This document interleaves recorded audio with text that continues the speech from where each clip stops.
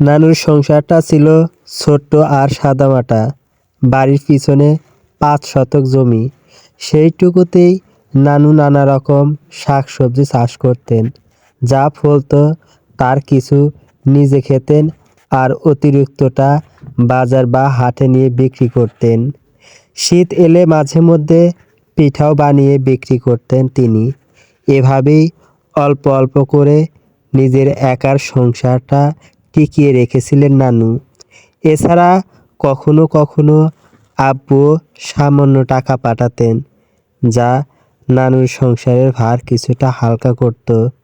নানুর সংসারে তেমন কোনো চাহিদা ছিল না, তাই দিব্যি সুখ শান্তিতেই দিন কাটছিল।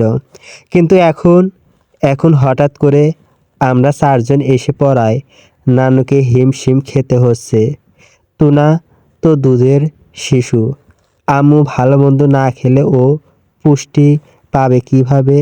আর আমরা 2 বোন, আর কতদিনই বা এভাবে চলবে? তানহার চাহিদার তো শেষ নেই।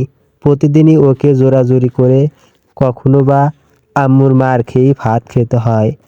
এখানে আসার পর থেকে মাছ মাংস তো দূরের কথা, দুধ পর্যন্ত চোখে দেখিনি। দারিদ্র্যর কাছে নানুও যেন ধীরে ধীরে হেরে যাচ্ছেন। প্রতিদিন তানহার কান্না, আহাজারি কিছুই আর সহ্য হয় না, ভালোও লাগে না। এভাবেই আমাদের দিনগুলো কেটে যাচ্ছিল। এখানে আমার ভোরই ঘুম ভেঙে যায়। চারপাশে খুব শুনশান, শুধু দূরে মুরগির ডাক শোনা যায়। আজও তার ব্যতিক্রম হলো না। সকালবেলাতেই ঘুম ভাঙল, শুনলাম আম্মু নানুকে বলছেন, মুরগি কি আর ডিম পারে না আম্মা? তানহা তো কিছুতেই খেতে চায় না। নানু জীর্ণ গলায় জবাব দিলেন, না রে মা, ডিম পাড়া মুরগিটারে শিয়াল ধরে নিয়ে গেছে। আম্মু বিচলিত কণ্ঠে বললেন, বড়লোক বাপের বেটি, সারা জীবন বিলাস আয়েসে থেকে অভ্যাস হয়ে গেছে, জ্বালা হয়েছে আমারই। নানু আর কিছু বললেন না, তবে তার চোখে স্পষ্ট কষ্ট ফুটে উঠল। একটু পর তিনি শান্ত গলায় বললেন, আজকে মঙ্গলবার, হাট বসবে, দেখি শাকসবজি ধরে যায়, যা পায় ময়নাগুলোর জন্য ভালো তরকারি নিয়ে আসে। কথাগুলো শুনে বুকের ভিতরটা কেমন যেন ভারী হয়ে এলো। আম্মু উদ্বিগ্ন কণ্ঠে বললেন, এভাবে আর কতদিন চলবে আম্মা? নানু দীর্ঘ শ্বাস ফেলে জবাব দিলেন, ভাবতেছি আবার পিঠা বুট নিয়ে বাজারে বসি। মানুষ এগুলা মেলা খায়, বেচা কিনাও ভালো হয়। আম্মু ব্যথিত স্বরে বললেন, তোমার কি আর সেই বয়স আছে আম্মা? আগে না হয় জোয়ান ছিলা, এত দূর নিয়ে যাওয়া কিভাবে? আগের মতো পাল্লা দিতে পারবা? নানু মুখ কুঁচকে বললেন, এভাবে ঘরে বসে থাকলে কি হইব? ছাওয়ালগুলো না খাইয়া মারমু নাকি? আম্মু নরম গলায় বললেন, তোমার শরীর তো ভালো নেই আম্মা। নানু ধীর অথচ দৃঢ় কণ্ঠে উত্তর দিলেন, থাকুক, কিছুই হইব না। এতদিন তোরা ছিলি না, মুই কি পারো নাই? যার কেউ নাই তার আল্লাহ আছে। আম্মু নিরস গলায় বললেন, আচ্ছা যাও। কথার ফাঁকে হঠাৎ আমার দিকে চোখ পড়ল আম্মুর। তিনি বললেন, তুই উঠেছিস, দাঁড়িয়ে আছিস কেন? এদিকে আয়। আমি ধীর পায়ে এগিয়ে গেলাম। আম্মু কিছুক্ষণ চুপচাপ আমার মুখের দিকে তাকিয়ে রইলেন। তারপর বললেন, তোর চোখ এমন ফুলে আছে কেন? আমি চমকে উঠলাম। গত কয়েক রাত ধরে নীরবে কেঁদেছি। আম্মুর তীক্ষ্ণ চোখে তা ধরা পড়েছে। নানু মৃদু স্বরে বললেন, ময়না, যা মুখ ধুয়ে আয়। আমি কলের পাড়ে গেলাম। বাথরুমটা একটু দূরে। এখানে বিলাসের কিছু নেই। ব্রাশের জায়গায় আম পাতা কিংবা ডাল, পেস্টের বদলে লবণ বা ছাই। শুরুতে এসব সহ্য করতে পারতাম না, বমি আসতো। এখন অভ্যাস হয়ে যাচ্ছে। হাত মুখ ধুয়ে ফিরে এলাম। আম্মু দুটো রুটি আর এক কাপ চা আমার সামনে রাখলেন। আগে কখনো এসব খাইনি। গত কয়েকদিন ধরে ৩ বেলা ভাতই ছিল আমাদের ভরসা।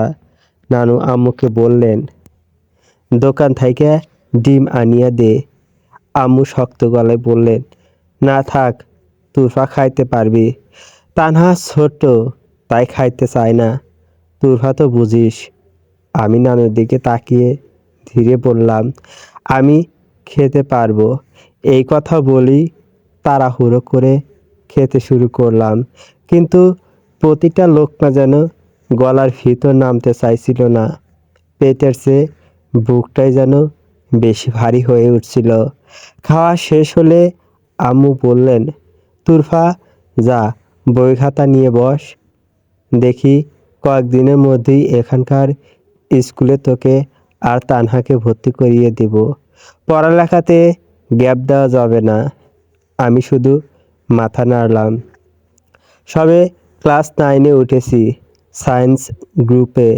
অন্য অনেক কিছুর সঙ্গে হয়তো ধীরে ধীরে মানিয়ে নেওয়া যায়, কিন্তু পড়ালেখা, সেটা কিভাবে সামলাবো?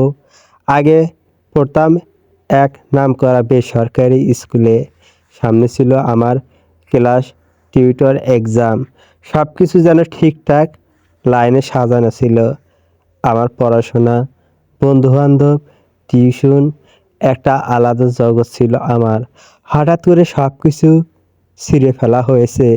এখানে এসে সেই জীবনটাকে আমি কোথায় খুঁজে পাবো? টুনার কান্নার শব্দে আমার ভাবনা কেটে গেল।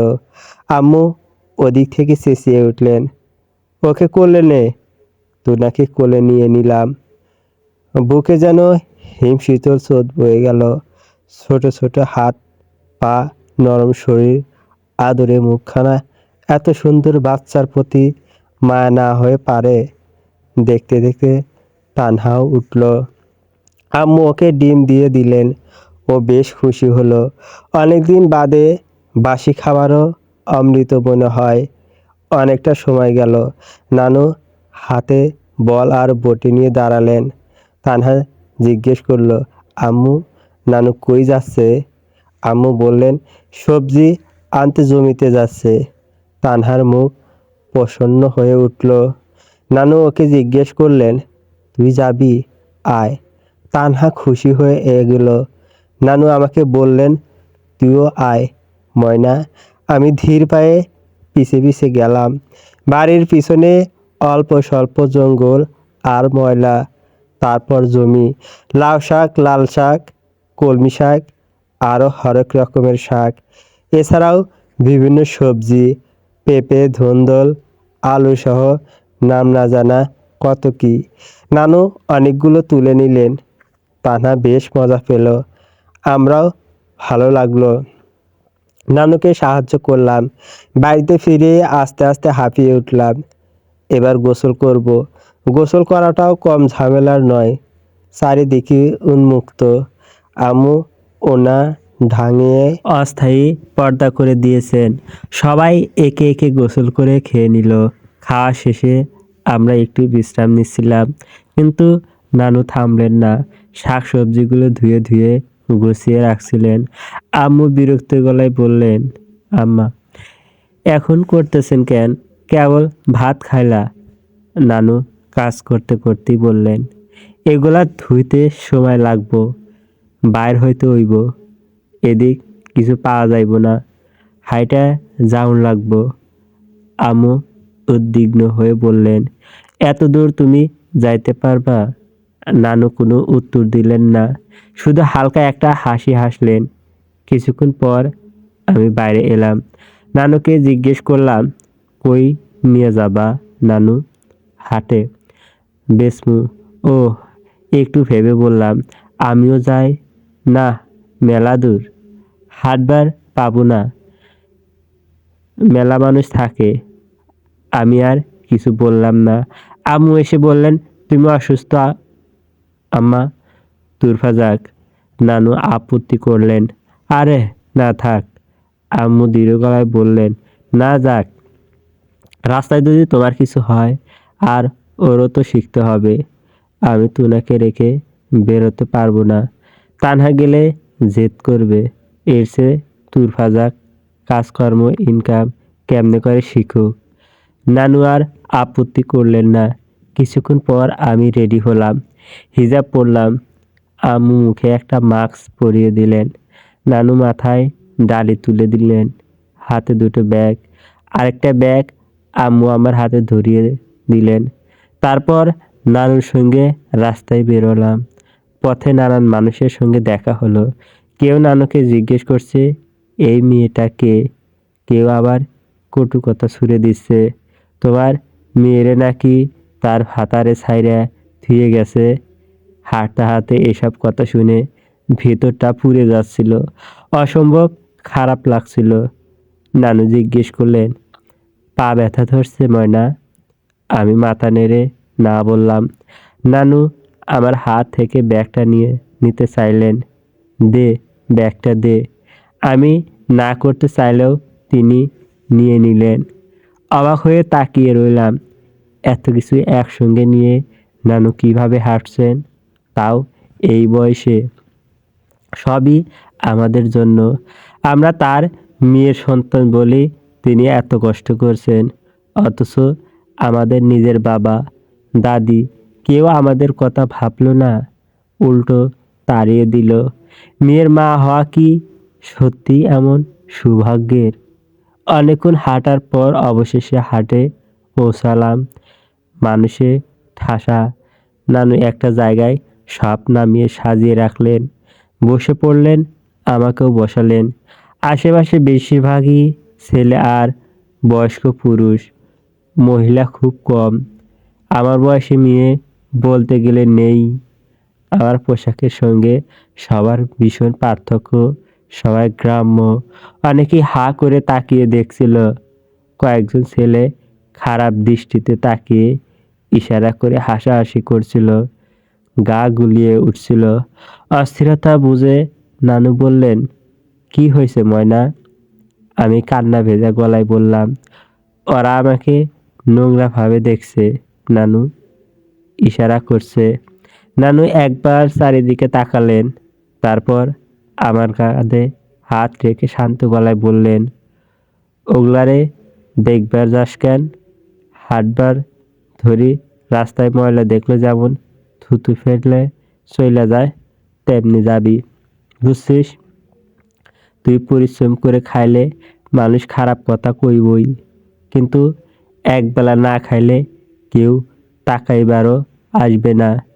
আমি চোখের পানি মুছে ফেললাম। নানুর কাছে একের পর এক লোক আসতে লাগলো।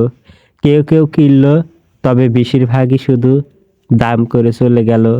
এতে আমার ভীষণ বিরক্ত লাগছিল। নানুকে বললাম, এরা কিনবে না, খালি জিজ্ঞেস করে কেন?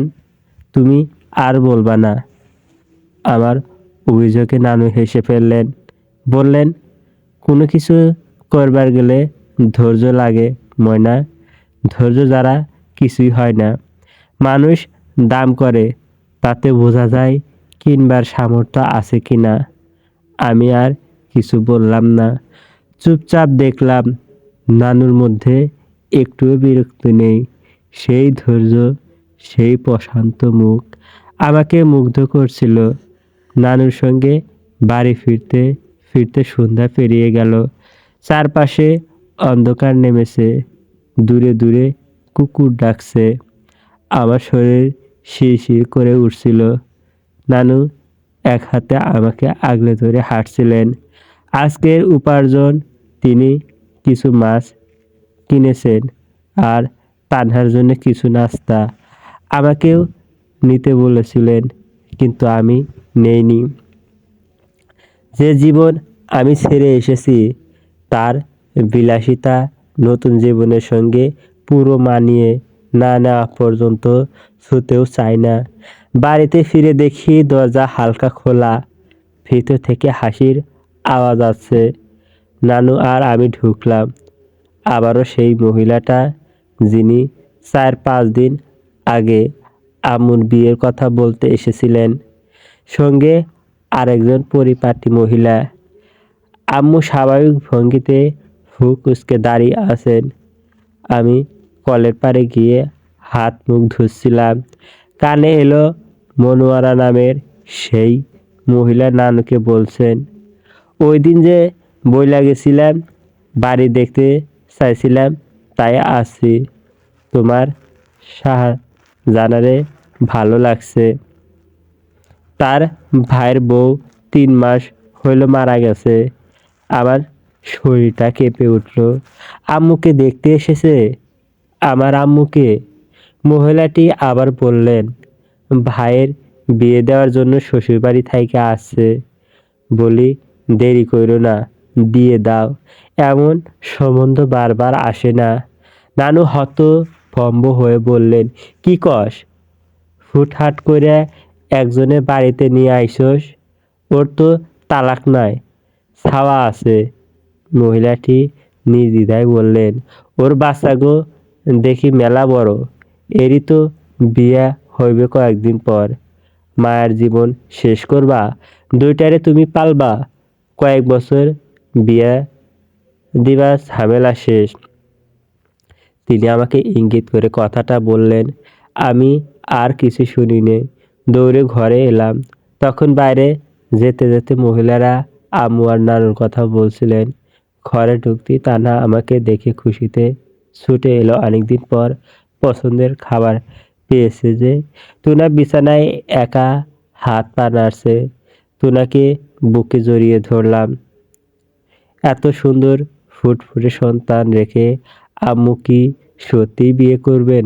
নইলে সেই মহিলার এতটা সাহস হতো? সেদিনও আম্মু কিছু বলেনি বলেই আজ আবার এসেছে। বাবা মা থাকা সত্ত্বেও যে মানুষ ইতিম হতে পারে, নিজের জীবনে না এলে কখনো বুঝতাম না। টুনার ছোট মুখখানিতে একের পর এক চুমু দিলাম। তানহাকে কাছে টেনে নিয়ে ক্ষীণ কাঁপা গলায় বললাম, বাপ ছেড়েছে, মাও যদি ছেড়ে যায়, আমি তোমাদের কোনোদিন ছাড়ব না। তোমাদের নিয়েই আমি আজীবন থাকব। তোমাদের কষ্ট পেতে দেব না। তোমাদের কেউ না থাকলেও বড় বোন থাকবে। আজ আম্মুর বিয়ে। হ্যাঁ, সত্যি আম্মুর বিয়ে। আম্মু বউ সেজেছেন, কি সুন্দর লাগছে তাকে।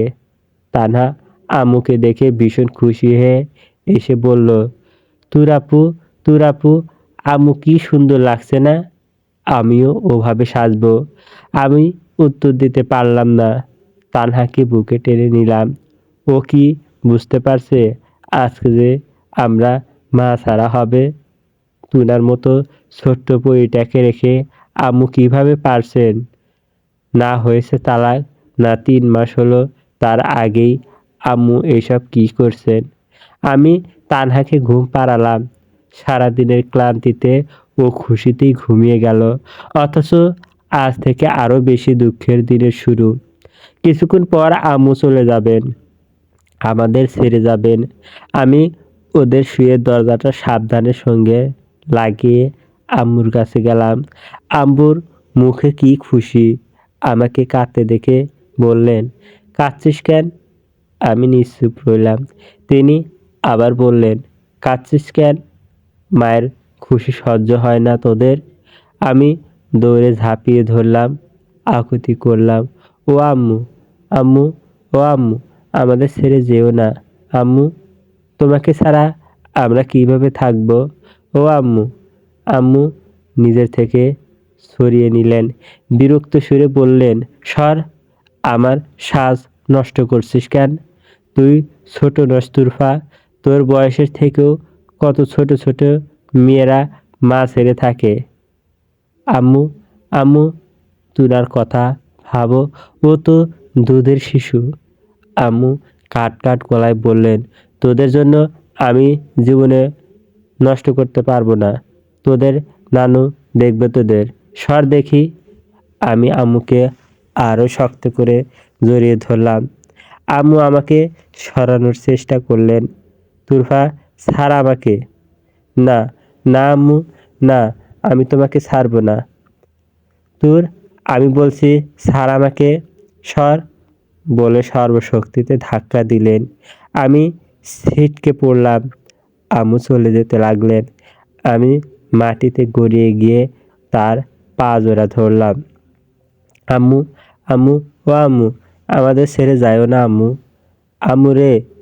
আম্মুও ঠিক আব্বুর মতো পা ঝেড়ে সরিয়ে দিলেন।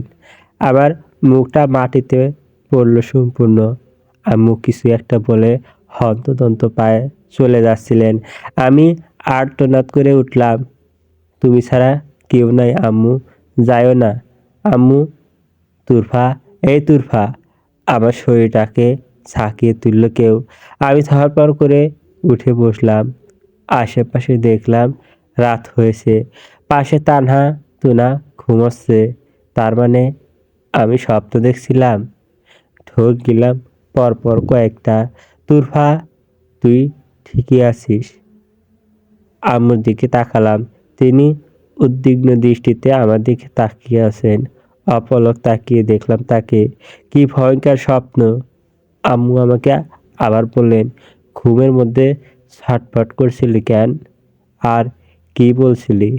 আমি নিশ্চুপ হয়ে নির্মিষেই তাকিয়ে দেখলাম তাকে। আম্মু আমার গালে হাত রাখলেন। মুখ ভেজা কেন তোর? ঘুমে কাঁদছিলি? এবারও চুপ রইলাম। তিনি আবার বাহু ধরে বললেন, দেখি এদিকে আয় তো। আমি নিজেকে ধাতস্থ করে উঠলাম। ভিতরের উঠানে ঢং আছে। আম্মু যেখানে আমাকে ডাকলেন, আমি তার নিকটস্থ হয়ে বসলাম। আম্মু আমাকে জিজ্ঞেস করলেন, কি এত চিন্তা করছিস বলতো? গত কয়েকদিন ধরে তোর চোখ মুখ খোলা থাকে, লুকিয়ে লুকিয়ে কাঁদছিস। আমি ঢোক গিললাম। আম্মু বললেন, খারাপ স্বপ্ন দেখেছিস? কিছু বলছিস না যে? আবার চোখ দিয়ে আপনা আপনি জল ঝরতে লাগলো। আম্মু গালে হাত দিলেন। তুরফা নিজেকে আর আটকাতে পারল না, শব্দ করে কাঁদলাম।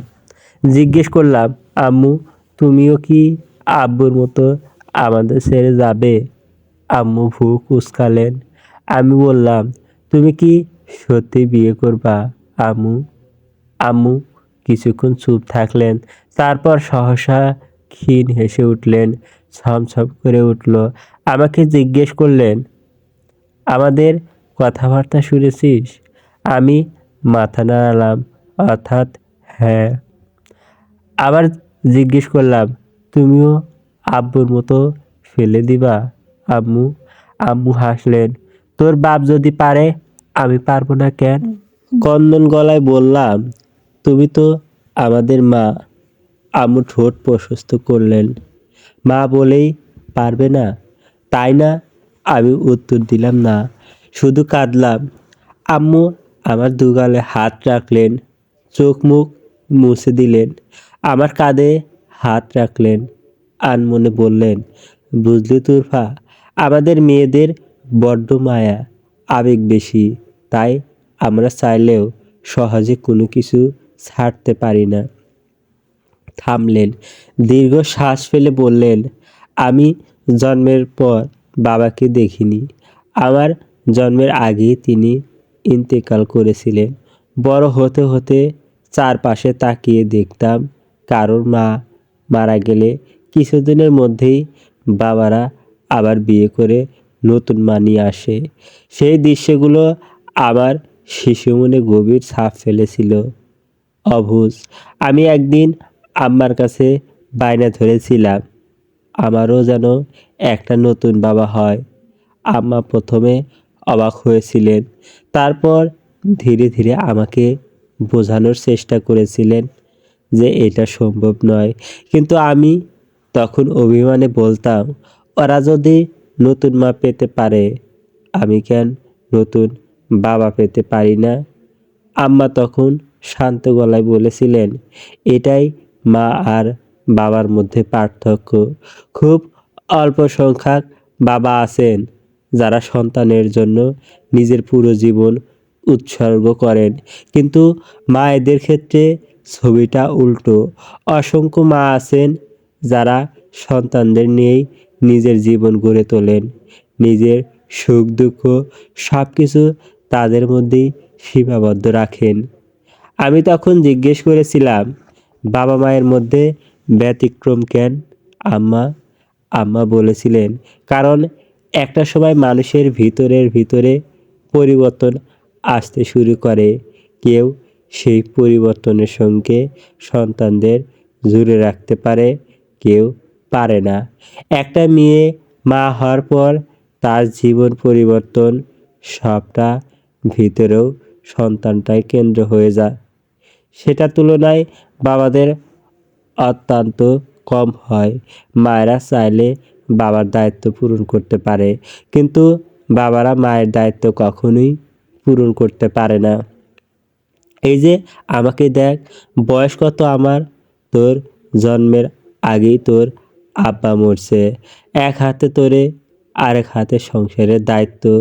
পুরুষের মতো বাইরে কাজ করে টাকা কামাইয়া তোরে বড় করতেছি, কিন্তু এমন বাবা পাবি না যেখানে যৌবনে স্ত্রীকে হারিয়ে এক হাতে সন্তান সংসার, আরেক হাতে ইনকাম করতেছে। তারা সংসার সন্তানদের দায়িত্বের জন্য আরেকজনকে আনে, কিন্তু মায়েরা সন্তানের ক্ষেত্রে নিজেকে ছাড়া কাউকে ভরসা করতে পারে না। সেদিন ছোট মাথায় অত বুঝিনি আমি। আম্মা বলেছিলেন বড় হলে বুঝবো। তারপর বড় হলাম, 15 বছর বয়সে স্ত্রী হলাম। সংসার জীবন বুঝে ওঠার আগেই 16 বছর বয়সে মা হলাম, একটা রাজকন্যার মা। যখন আমার নাড়ি ছিঁড়ে বাচ্চাটাকে বের করে আনা হলো, কষ্টে মনে হচ্ছিল শরীরটা ছিঁড়ে যাচ্ছে। ব্যথার তীব্রতায় মনে হয়েছিল এর থেকে মৃত্যু ভালো, অন্তত শান্তির। কিছুক্ষণ পরে যখন আমার সেই নার্সেরা পরীটাকে দেখলাম, ছুঁলাম, ইস, পুরো শরীরে এক অজানা শিহরণ জেগেছিল। সব কষ্ট এক মুহূর্তে থেমে গেল। দুর্বল শরীর ও ব্যথা হার মানল মায়ের শক্তির কাছে। পরীটাকে কোলে নেওয়ার জন্য মরিয়া হয়ে উঠেছিলাম। আম্মু আবেগ গাপ্লুত হয়ে উঠলেন। তার চোখ জ্বলজ্বল করে উঠল, মুখটা প্রফুল্ল। মনে হলো এর থেকে সুন্দর কিছু নেই।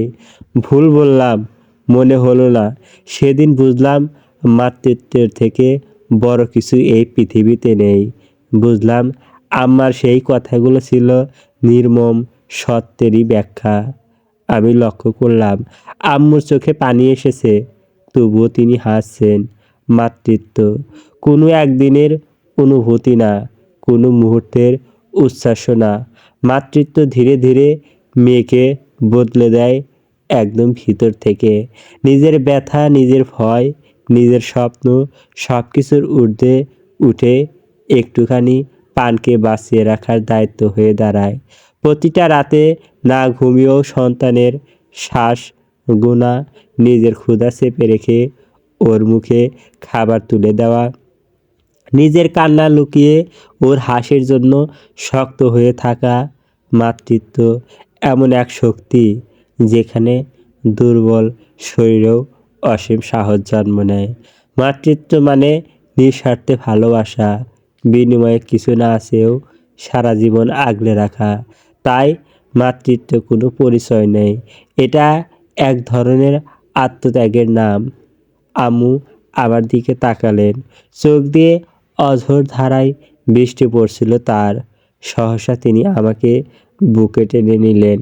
জানিস, আল্লাহ তাআলা বলেন, প্রথম সন্তান মেয়ে হয় একটা রহমত। যার ঘরে যতটা মেয়ে, তার ঘরে ততটাই জান্নাত। তোরা আম্মুর কণ্ঠস্বর কেঁপে উঠছিল, তবুও কাঁপাকাঁপি গলায় বললেন, তোরা তিনজন আমার কলিজা, আমার জীবন, আমার সব। তোদের ছাড়া আমার এ জীবনে কিছু নেই। কাঁদলেন তিনি, বললেন, 15 বছর বয়সের সংসার নিমিষেই শেষ হয়ে গেল। প্রেগন্যান্সির যাত্রা পার করে উঠতে না উঠতেই আরেকটা ধকল। কিছুতেই আমার শরীর, আমার মস্তিষ্ক নিতে পারছে না রে তুরফা। কিন্তু আমি তো মা, মায়েদের ভেঙে পড়তে নেই। আমি ভাগলে তোদের গর্বে কে?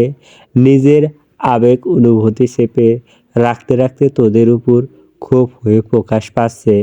কেমন হয়ে যাচ্ছি আমি। তানহাকে মারছি, সারাক্ষণ খিটখিটে মেজাজে থাকছি, কি হয়েছে আমার?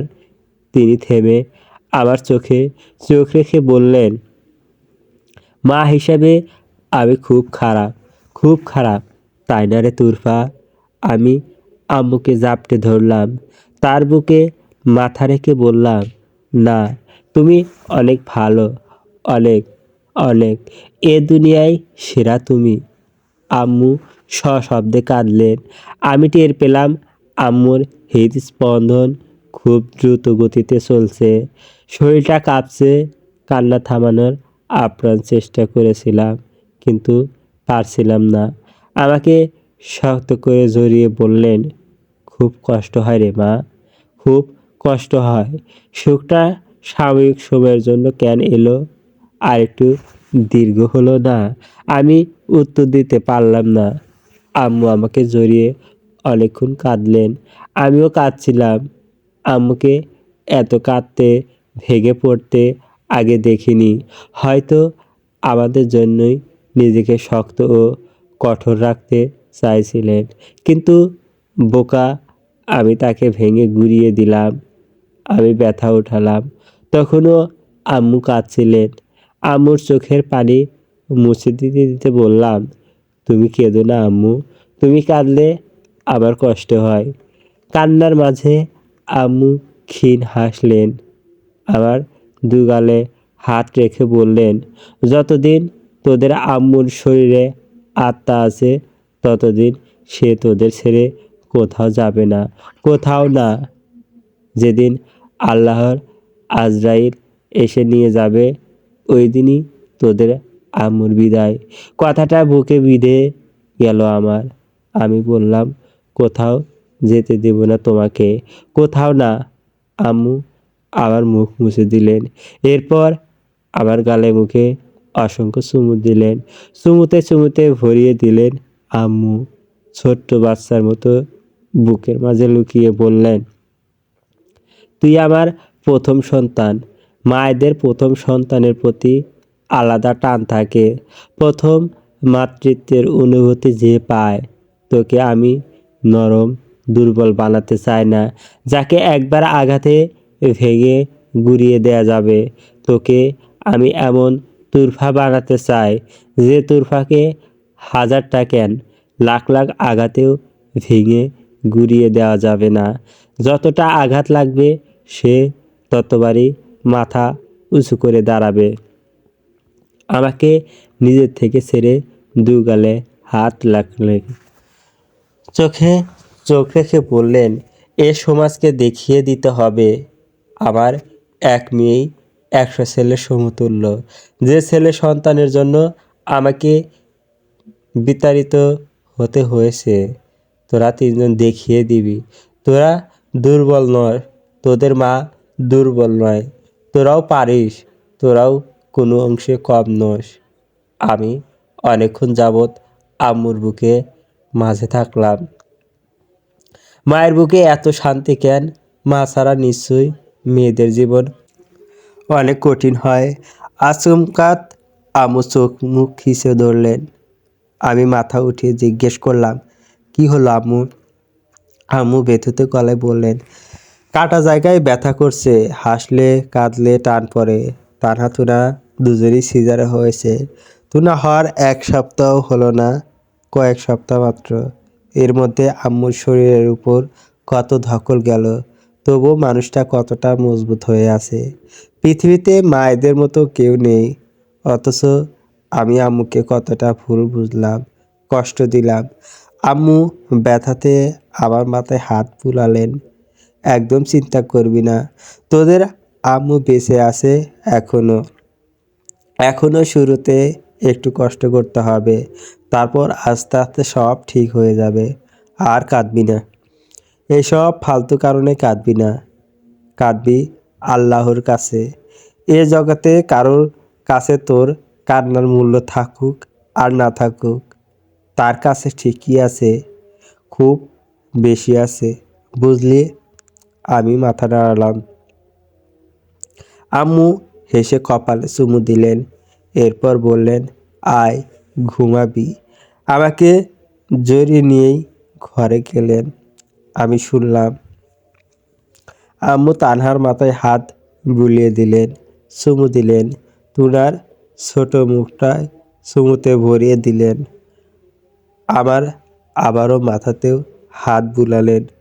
ঘুমা সোনা আমার, তোদের আম্মু সবসময় আছে তোদের পাশে। আমি দীর্ঘ শ্বাস ফেললাম। বিষণ্ণ হৃদয়টা প্রসন্ন হলো। নিজেকে বোঝাতে লাগলাম, জীবনে অনেক বড় হতে হবে আমাকে, অনেক বড়। যতটা হলে কষ্ট আমার আম্মুকে ছুঁতে পারবে না ততটা। চলবে, বেশি বেশি রেসপন্স করবেন, কেমন প্রতিক্রিয়া জানাবেন। গল্প নিশিথায়ন, কলমে তানজিলা। পর্ব 4 থেকে 5 শেষ। পরবর্তী গল্প পাওয়ার জন্য চ্যানেলটি সাবস্ক্রাইব করবেন।